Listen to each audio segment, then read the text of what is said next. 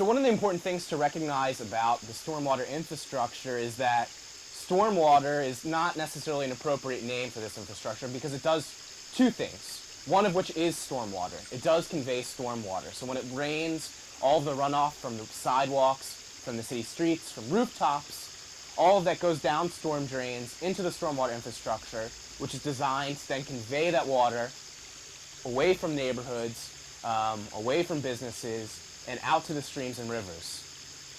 And that stormwater is polluted and does not get treated by the stormwater system.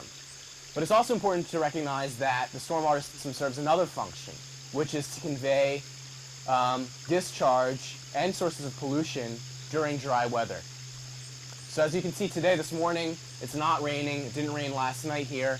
But behind me, we have a stormwater outfall that's continuously discharging water. And this water is coming from perhaps one or multiple sources. It's not stormwater. Rather, it's discharges from other piped infrastructure. It could be a discharge from a business. It could be someone cleaning their car at the street and washing it down, and that water going down the storm drain. So it's probably a whole mix of different sources of discharge or pollution.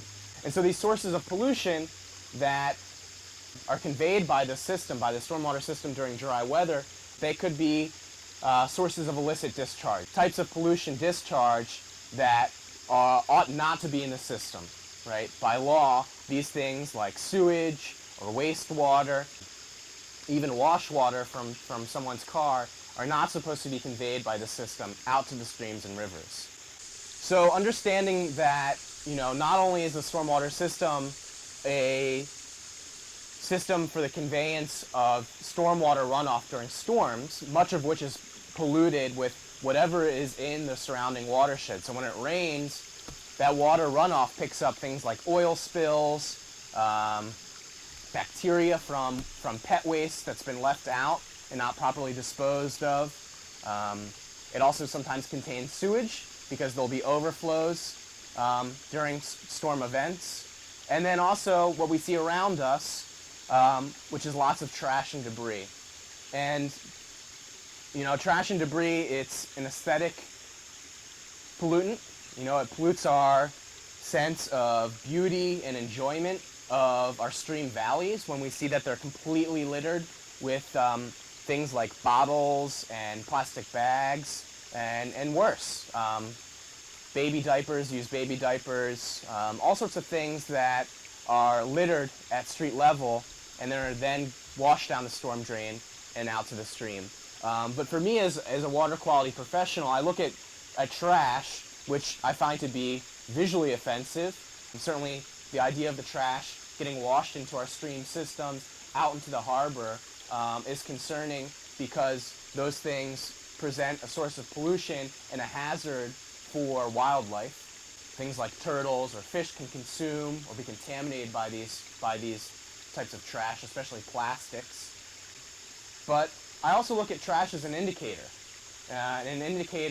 of the amount of stormwater pollution that we can't see, which is to say, all the stormwater, all the dry weather discharge that comes out of the stormwater system contains a whole cocktail of different pollutants that we can't see with our naked eye. And so we need to use instrumentation, we need to collect samples and have them analyzed by a lab to really get an idea of what's in this cocktail polluted discharge.